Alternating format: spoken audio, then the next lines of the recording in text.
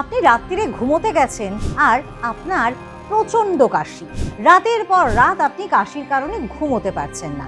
কাশি কিন্তু খুব সাধারণ একটি রোগ।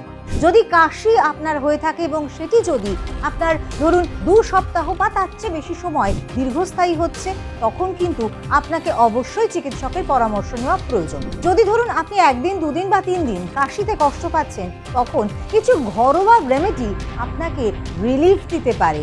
হ্যাঁ, কাশি থেকে আপনি মুক্ত হতে পারেন। আজকের ভিডিওতে আমি কথা বলবো এই কাশির কারণ কি, অর্থাৎ এই যে শুকনো কাশি হচ্ছে, সে কাশিটি কি কারণে হচ্ছে, কোন লক্ষণ দেখলে আপনি বুঝতে পারবেন যে আপনি শুকনো কাশি জাতীয় সমস্যার সম্মুখীন, এবং তার কি ঘরোয়া রেমেডি রয়েছে, যে ঘরোয়া রেমেডিতে আপনি হাতের কাছে থাকা বিভিন্ন জিনিসকে ব্যবহার করে কিন্তু আপনি এই শুকনো কাশি থেকে নিস্তার পেতে পারেন। অবশ্যই তার জন্য কিন্তু আমাদের এই ভিডিওটি আপনাকে শুরু থেকে শেষ পর্যন্ত দেখতেই হবে।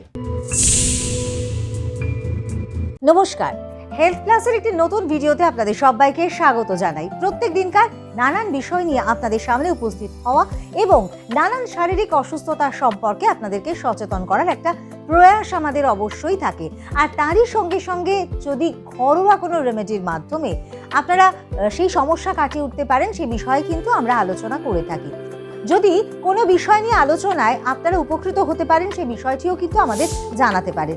আর অবশ্যই আপনাদেরকে জানাতে চাইবো, আমাদের হেলথ প্লাস যদি এখনও আপনারা সাবস্ক্রাইব না করে থাকেন, তাহলে খুব তাড়াতাড়ি সাবস্ক্রাইব করুন। আর হ্যাঁ, বেল আইকন সেখানে কিন্তু প্রেস করতে একদম ভুল করবেন না, কারণ আমরা যখন নতুন ভিডিও প্রত্যেক দিন আপলোড করব, সরাসরি নোটিফিকেশন কিন্তু পৌঁছে যাবে আপনার কাছে এবং আপনি সেই ভিডিওটি দেখে উপকৃত হতে পারবেন। আর হ্যাঁ, যেটা বললাম আপনাদের, কমেন্ট করতে কিন্তু একেবারেই ভুল করবেন না।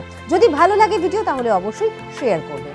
আজকে যে বিষয়টি নিয়ে কথা বলবো, শুকনো কাশি। যে আমাদের কাশি মূলত শ্বাসযন্ত্রে কোনো রকম ভাবে যদি কোনো প্রতিবন্ধকতা সৃষ্টি হয়, তাহলে সেখানে কিন্তু কাশির সৃষ্টি হয়ে থাকে। অনেক সময় খুব ড্রাই কাফ হয়ে থাকে, যেটা ভীষণভাবে যন্ত্রণাদায়ক, কিন্তু অনেক সময় কফযুক্ত কাশিও থাকে। সেখানে ধরুন শ্লেষ্মার কারণে সমস্যা তৈরি হয় এবং সেটা মূলত ঠান্ডা লাগার কারণে হয়ে থাকে। কারণের বিষয়ে আমি অবশ্যই আসবো, কোন কোন কারণে এই শুকনো কাশি হতে পারে বা কাশি জাতীয় সমস্যা হয়। কিন্তু তার আগে আপনাদেরকে বলতে চাইবো যে কোন কোন লক্ষণগুলো দেখলে পর আপনাকে বুঝতে হবে যে আপনার শুকনো কাশির মতো সমস্যা হচ্ছে। সাধারণত শুকনো কাশি যখন হয়, তখন গলার মধ্যে কিন্তু একটা অস্বস্তিকর ফিলিংস থাকে, মানে মনে হচ্ছে যে ভীষণভাবে একটা সমস্যা হচ্ছে বা আপনার কোনোভাবে হয়তো শ্বাস নিতে পারছেন না, সে কারণে একটা অস্বস্তি, এবং সেই অস্বস্তিজনিত কারণে আপনার একটা কাশি তৈরি হওয়া, এবং বারে বারে একবার যখন কাশি হওয়া শুরু হয়, সেটা কিন্তু অনেকটা কন্টিনিউ হয়, এবং যেহেতু সেটা ড্রাই কাফ, তার জন্য কিন্তু খুব কষ্টদায়ক একটা অবস্থা তৈরি হয়। অনেক সময় আপনি দেখবেন যে আপনারা হয়তো বুকে ভীষণ টান অনুভব করছেন, বুকে ভীষণ চাপ অনুভব করছেন, কিন্তু আপনি যখন কাশছেন তখন কিন্তু তার থেকে কোনো রকম শ্লেষ্মা বেরোচ্ছে না। তার ফলে একটা ইরিটেশন হওয়া এবং কষ্ট হওয়া, সেটা কিন্তু সঙ্গে সঙ্গেই চলে আসছে। শুকনো কাশির সঙ্গে শ্বাসকষ্টেরও কিন্তু একটা বিষয় জড়িয়ে থাকছে, অর্থাৎ একটা শ্বাসকষ্ট অনুভব হওয়া, এবং কোনো কোনো ক্ষেত্রে দেখা যায় যে শ্বাসকষ্ট কিন্তু মাত্রাতিরিক্তভাবে বেড়ে যায়, এবং এই বেড়ে যাওয়ার কারণেও ধরুন আপনার শ্বাসকষ্ট এবং তজ্জনিত কাশিও কিন্তু ভীষণ মাত্রায় দেখা যায়। শুকনো কাশির ক্ষেত্রে আপনার ভীষণভাবে একটা ধরুন অনুভূতি হবে যে আপনার গলার কাছে কিছু একটা আটকে রয়েছে, কিন্তু আপনি ঠিক বুঝে উঠতে পারছেন না সেটা কি কারণে হচ্ছে। অথচ তজ্জনিত আপনার যদি কখনো মনে হয় যে এরকম গলায় কিছু আটকে থাকছে, এবং সেটাকে আপনাকে বার করবার জন্য বারবার করে কিন্তু একটা কাশির সমস্যা তৈরি হচ্ছে। ড্রাই কাফের জন্য এই ধরনের লক্ষণগুলো আপনার কিন্তু দেখা যাবে, এবং তখন আপনাকে বুঝতে হবে যে আপনার সমস্যা হচ্ছে মূলত ড্রাই কাফের কারণে এই ধরনের সিমটমসগুলো হচ্ছে। আবার অনেক ক্ষেত্রেই এই কাশির পেছনে কিন্তু অন্য কোনো শারীরিক অসুস্থতা থাকে। আমি এবারে আপনাদেরকে জানাতে চাইবো যে ঠিক কী কী কারণে কাশি বা মূলত এই ধরনের ড্রাই কাফ হয়ে থাকে। সবার প্রথমে যে বিষয়টি আসে, অর্থাৎ অ্যালার্জি। অ্যালার্জির কারণে কিন্তু আপনার শুকনো কাশি হতে পারে। অ্যালার্জি এবার ধরুন নানানভাবে হতে পারে। অনেক সময় অনেকের ক্ষেত্রে ধরুন ফুলের রেণু থেকে বা করাত থেকে তাদের অ্যালার্জি হতে পারে। অনেকের বাতাসে যে ধরনের পার্টিকেলস থাকে, সেই পার্টিকেলসের কারণে হয়তো তাদের অ্যালার্জি হয়ে থাকে, এবার অনেকেই পশু পাখির লোম থেকেও অ্যালার্জি হতে পারে। এই সমস্ত কারণে বিভিন্ন ক্ষেত্রে, আবার অনেকের ক্ষেত্রে ফুড অ্যালার্জিও হয়ে থাকে। সব অ্যালার্জির কারণেই কিন্তু আপনার ড্রাই কাফ হতে পারে। সুতরাং কারণের মধ্যে অন্যতম এবং প্রধান কারণ হচ্ছে গিয়ে অ্যালার্জি। এরপরে বলবো আরও একটি সংক্রমণের কারণে কিন্তু আপনার শুকনো কাশি হতে পারে, এবং সেটা হচ্ছে টিউবারকুলোসিস, অর্থাৎ টিবি, যাকে আমরা প্রচলিত কথায় বলে থাকি। টিবি যাদের হয়ে থাকে, টিবির জীবাণু যাদের শরীরে থাকে, তাদের কিন্তু কাশি হওয়াটা খুব স্বাভাবিক একটা প্রবণতা রয়েছে, এবং তাদের ক্ষেত্রে কাশিটা কিন্তু একদিন দুদিনের নয়, তাদের ক্ষেত্রে কাশিটা দীর্ঘস্থায়ী হয়, এবং অনেক ক্ষেত্রে কাশির সঙ্গে কিন্তু তাদের রক্তও বেরোতে পারে। কিন্তু ড্রাই কাফের একটি অন্যতম কারণ কিন্তু টিউবারকুলোসিস হতে পারে, অর্থাৎ কাশি যখন হচ্ছে তখন কিন্তু নানা রকম পরীক্ষা নিরীক্ষা করা হয়, এবং সেই পরীক্ষা নিরীক্ষার ক্ষেত্রে তাদের টিবি রয়েছে কিনা সেটাও কিন্তু দেখা হয়ে থাকে। তবে বোঝা সম্ভবপর হয় যে কাশিটা আদৌ কী কারণে হচ্ছে। এছাড়াও ধরুন অন্যান্য কারণগুলোর মধ্যে রয়েছে জ্বর, সর্দি, কাশি, এই ধরনের ভাইরাল সংক্রমণ। ধরুন অনেক সময় সিজন চেঞ্জ হচ্ছে, সেই সময় কিন্তু এই যে পরিবর্তনটা, আবহাওয়ার পরিবর্তন, সেটা কিন্তু ভীষণভাবে এফেক্ট করে। বিশেষত যাদের ইমিউনিটি পাওয়ার অনেকটা কম থাকে তাদের ক্ষেত্রে কিন্তু এই ধরনের ভাইরাল সংক্রমণ হয়ে থাকে। আর ভাইরাল সংক্রমণ হলে সেখানে কিন্তু অবশ্যই কাফ হয়, ড্রাই কাফও হতে পারে, এবং সেখানে কিন্তু শ্লেষ্মাযুক্ত যে কাশি সেটাও কিন্তু হয়ে থাকে। সুতরাং বোঝাই যাচ্ছে যে ভাইরাল সংক্রমণ কিন্তু অন্যতম একটি কারণ এই শুকনো কাশি। এছাড়া যারা ধরুন ফুসফুসের ক্যান্সারে আক্রান্ত, তাদের ক্ষেত্রেও কিন্তু শুকনো কাশি একটা সমস্যার কারণ। তবে শুরুতেই যেটা বলেছিলাম যে কাশি কিন্তু একটা সাধারণ রোগ, তবে এই কাশির পেছনে অন্য অনেক কারণ থাকতে পারে।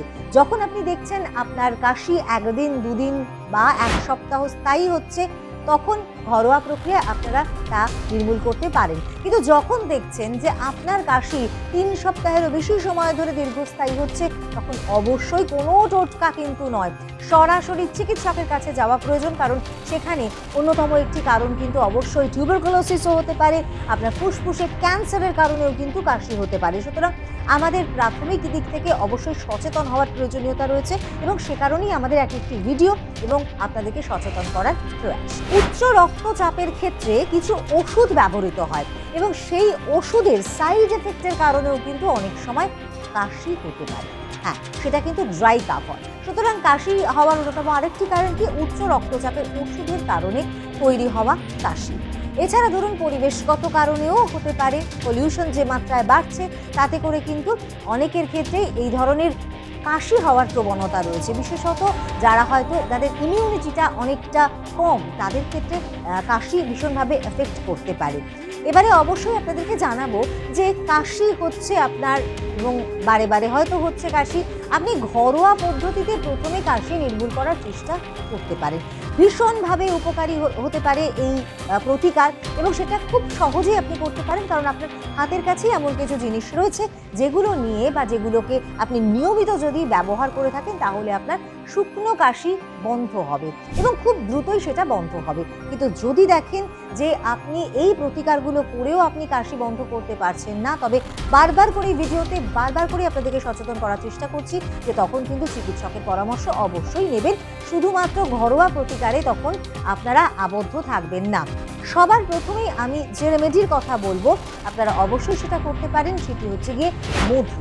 মধুর মধ্যে রয়েছে ডেক্সট্রোমেথারফন, এবং এটি কারণে আপনার কিন্তু কাশি বন্ধ হবে। প্রত্যেকদিন রাত্রিরে শোবার আগে 1 চামচ করে যদি আপনি মধু খেতে পারেন। মধু এক্ষেত্রে ভীষণভাবে উপকারী যারা দীর্ঘমেয়াদী এ ধরনের কাশির সমস্যায় ভুগে থাকেন।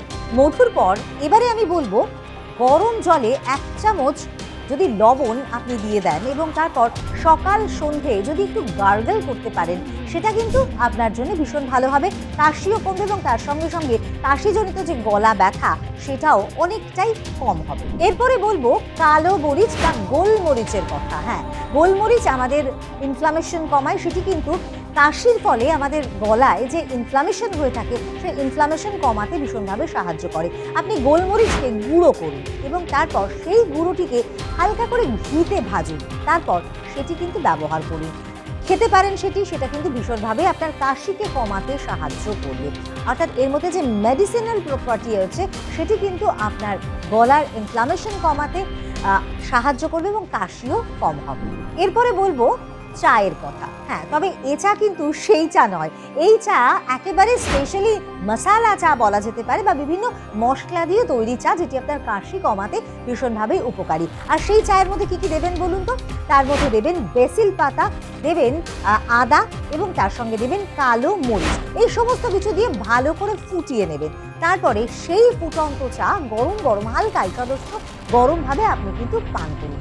দেখুন আপনার কিন্তু কাশি রিলিফ হবে, কারণ আদার মধ্যে রয়েছে জিঞ্জারল এবং সাগাউন, যেগুলি আপনার কাশি থেকে আপনাকে মুক্ত করতে ভীষণভাবে সাহায্য করবে। সুতরাং মশলা চা করুন এবং তাতে আদা, কালো মরিচ এবং বেসিল পাতা এই সমস্তটা দিয়ে ফুটিয়ে খান এবং কাশি থেকে রিলিফ পান। আরও একটি পানীয়র কথা কিন্তু আমি এবার আপনাদেরকে জানাবো, যেটি কিন্তু ভীষণভাবে উপকারী আপনার কাশি থেকে মুক্ত হবার ক্ষেত্রে। যেমন ধরুন, আপনি গরম জলে একটু হলুদ ফেলে দিন, আর তার সঙ্গে কালো মরিচ দিন, এবং প্রয়োজন মতো আপনি কিন্তু দারচিনি তাতে অ্যাড করতে পারেন। আর এই সমস্ত কিছু দিয়ে ভালো মতো করে ফুটিয়ে দিন। আর সেই ফুটন্ত জলটি একটু গরম কমলে, একটু ঈষদ উষ্ণ যখন থাকবে, তখন আপনি পান করুন। দেখবেন আপনার কাশি থেকে কিন্তু খুব দ্রুত আপনি রিলিফ পেতে পারবেন।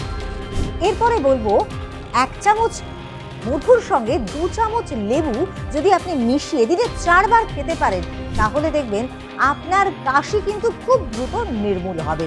যে কাশি আপনাকে বারে বারে কষ্ট দিচ্ছে, যে কাশির কারণে আপনি রাত্রে ঘুমোতে পারছেন না এবং ভালো মতো কথাও বলতে পারছেন না, গলা ব্যথায় কষ্ট পাচ্ছেন, সেক্ষেত্রে কিন্তু অবশ্যই 1 চামচ মধুর সঙ্গে 2 চামচ লেবু সেটা মিশিয়ে যে পেস্টটি তৈরি হচ্ছে, সেটি কিন্তু ভীষণভাবেই উপকারী হবে আপনার কাশি নির্মূল করার ক্ষেত্রে।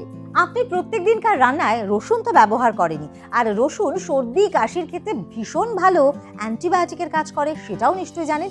কিন্তু যদি 2 থেকে 3টি কোয়া রসুনকে আপনি গরম জলে ফুটান আর তার সঙ্গে একটু মধু অ্যাড করে খেতে পারেন, তাহলে কিন্তু সেটা ভীষণভাবেই আপনার কাশি থেকে আপনাকে রিলিফ দিতে পারবে। আপনার গলায় আরাম হবে এবং আপনি কিন্তু কাশির যে যন্ত্রণা, সেই যন্ত্রণা থেকে মুক্ত হতে পারবেন। সারাদিনে 2 বার আপনি কিন্তু এই পানীয়টি ব্যবহার করতেই পারেন। এরপরে বলবো এমন একটি জিনিসের কথা, যেটি আপনি শুনলে হয়তো অবাক হবেন, যে আপনার কাশি নির্মূল করতেও কি এর ভূমিকা রয়েছে? হ্যাঁ, রয়েছে। আপনি বাদাম, যে কোনো ধরনের বাদাম 8 থেকে 10 ঘন্টা ভিজিয়ে রাখুন, তারপর সেটাকে একটা পেস্ট বানান, আর পেস্ট বানানোর পর তার সঙ্গে একটু মাখনকে মিলিয়ে খেয়ে নিন। দেখুন কেমন ভাবে আপনি খুব দ্রুত কাশি থেকে কিন্তু রিলিফ পেতে পারেন। আচ্ছা, রসুনের কথা তো আপনাদেরকে বললাম, তবে পেঁয়াজকে কেন বাদ রাখবো বলুন তো? আপনি যদি হাফ পেঁয়াজের রস নিয়ে নেন এবং তার সঙ্গে যদি মধু মিশিয়ে ব্যবহার করতে পারেন বা খেতে পারেন, তাহলেও কিন্তু আপনি কাশি থেকে রিলিফ পেতে পারেন। সারাদিনে 2 বার কিন্তু আপনাকে অবশ্যই করতেই হবে। আমি অনেকগুলো উপায়ের কথা বললাম, এবারে আপনি নিশ্চয়ই আপনার সুযোগ বুঝে বা আপনার যেটা সহজ বলে মনে হচ্ছে সেগুলি ব্যবহার করতেই পারেন এবং কাশি থেকে রিলিফ পেতে পারেন। আমি অনেকগুলো প্রক্রিয়ার কথা বললাম, অনেকগুলো উপায়ের কথা বললাম, আপনি একাধিকটাও চেষ্টা করতে পারেন বা ট্রাই করতে পারেন। ডেফিনেটলি আপনি কাশি থেকে রিলিফ পাবেন। তবে আরও একটা কথা কিন্তু আমি শুরুতেও বলেছি, আরও একবার জানাতে চাইব, কাশি যদি আপনার 3 সপ্তাহ দীর্ঘস্থায়ী হয়, তাহলে কিন্তু আর কাল বিলম্ব নয়, কারণ সেটি কিন্তু অন্য কোনো একটা রোগের ইঙ্গিত হতে পারে। তার জন্য অবশ্যই মেডিকেল টেস্টের প্রয়োজন রয়েছে, চিকিৎসকের পরামর্শ নেওয়ারও প্রয়োজনীয়তা রয়েছে। আপনি ঘরোয়া টোটকার মাধ্যমে যদি ভালো হয়ে যান তো ভালো, কিন্তু যদি বারে বারে এই কাশির মতো সমস্যা ফিরে ফিরে আসে, তাহলে অবশ্যই চিকিৎসকের পরামর্শ নিন এবং দীর্ঘস্থায়ী কাশির ক্ষেত্রে অবশ্যই চিকিৎসকের পরামর্শ নিন। ভালো থাকুন, সুস্থ থাকুন। আজকের মতো ভিডিও এখানেই শেষ করবো, তবে পরবর্তী ভিডিও নিয়ে আসবো খুব তাড়াতাড়ি। ততক্ষণ পর্যন্ত আপনারা সবাই ভালো থাকুন, সুস্থ থাকুন আর সচেতন থাকুন। নমস্কার।